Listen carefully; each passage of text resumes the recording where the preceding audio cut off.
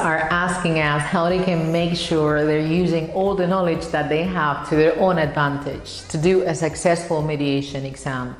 Okay, well, it is a fact. It is in fact a very good question. And if you have ever wondered how you can prove you are a confident mediator, then keep watching because this video is certainly for you. Hi, my name is Soya Santa Cruz. I've been an EY teacher for 15 years and I created EY por Libre to help you succeed at your EY exam. And in this video, I'm going to give you the structure of a very effective mediation. So you can structure all your mediations and be sure that you're going to do a great job. So let's start with a simple concept. The basic structure is 3 parts.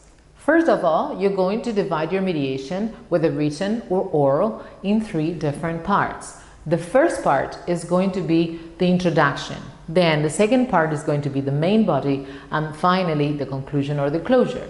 So as you can see, it's like any other part of the exam, in speaking or writing exam. You have 3 main parts. Now, we're going to break it into smaller parts, smaller bits, so it's easier for you to create your own template. Good. Introduction. In introduction, you need to do 2 things. You need to provide a greeting, give a greeting, and a reference to the context. First of all, you need to greet the person you're mediating for, your interlocutor. Now, how do you greet your interlocutor? This depends whether the situation is formal or informal. When you have a formal situation, you're going to greet your interlocutor with something like, hello, how are you? I know you need help to understand this or that, or good afternoon, it is a pleasure to take part in this discussion or in this round table, if you are at a round table, which is a very common situation that you will find in the mediation exam in some communities. And then you need to refer to the situation itself. The other option is an informal greeting. If you're mediating for somebody you know well, like your friend, then you're going to greet them differently. So you're going to start with something like, hey, how you doing? Or I know you're worried about how to improve your relationship with your daughter. So I'm going to give you a couple of tips that I found on this platform and that may be useful. Okay. Now you need to refer to the situation because the evaluator is going to kind of play the role of your audience, but you need to place them in the context. So giving a context to your mediation is necessary. It's not only important, but it's necessary. And of course, you will connect to what the situation says. As you need help, as you're looking for this information, as you don't understand. Okay, good. Now the main body. What are you going to do in the main body? Well, it depends on the kind of source that you have in front of you. Maybe an infographic, a brochure, a chart, a text, a video. So imagine in this case that we have a text. So you need to have a general understanding of the text and also the main arguments usually. So first, you want to scan the text and to find the information that's relevant for your interlocutor. And once you've done that, you want to start explaining your mediation, of course. And you need to make sure you rephrase, use your own words. It's a very good idea to use synonyms, and this is the easiest way to show that you know the strategy of paraphrasing. And the second thing you need to do is to use nice grammar and connectors. I never get tired of emphasizing this. How am I going to use structures and connectors that show my level when I have 2 minutes for the mediation? Just 2 minutes. Okay, you need to be both clever and fast when you plan your mediation. You have your list of structures that you sing throughout your year if you are an official student. For example, this is something that we do. We give our students at EY por Libre lists with the most important structures that they need to use. And they can use it, they can have them in front of them when they are preparing for the writing, planning, their speaking exam, etc. So I'm going to give you an example because you mediate for a purpose. For instance, you'll either give advice or recommend something, or you'll simply share information and select, compare, and contrast. So you need to use structures that are appropriate for each purpose.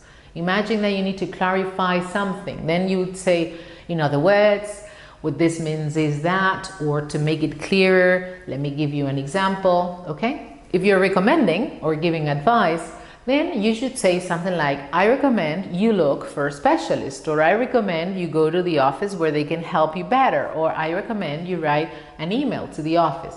So they can clarify if you need to bring your ID or your passport, for example.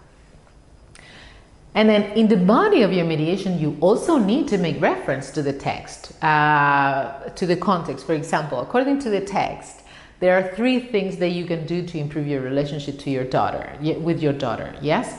This way you're also giving structure to your mediation, and it is easier for your audience, the person who is listening to you or the person who is reading, to follow you smoothly. When you need to enumerate is when you're giving tips, yeah? And obviously you shouldn't enumerate with number 1, number 2. So you need to say things like firstly, then, besides. It's a very good idea also to use the connector besides, because you're adding information. And it is also advisable to do this or that thing. So enumerating with nice connectors, not with numbers, using besides when you're adding information, or whereas if you're contrasting. Okay, so that's for the body. So in the body, you need to make sure you're using strategies, you're using the grammar and connectors that are appropriate to your level.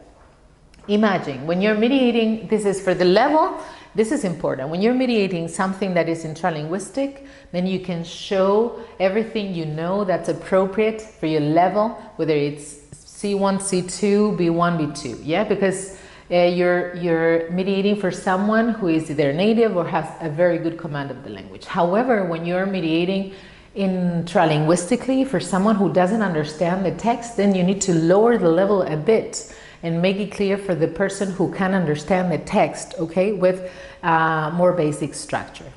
Okay, now we've covered the introduction with the greeting and the reference to the context. We've covered the main body, and now we're going to cover the closure. How do you close your mediation? Okay, you need to first of all either say something like, I hope this was helpful, I hope you find this information useful. Or also something like, let me know if there's anything I can do for you, let me know if I can be of help in any other way.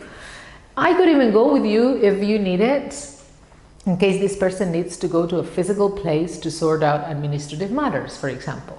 But imagine a different situation, that you're taking part in a round table, and in that case, you can't close the mediation like that, because you have an audience, you have the other participants of the table. So in that case, you would say, well, that's all I wanted to share. Let me know if you have any questions or further questions, and I'll be glad to answer them.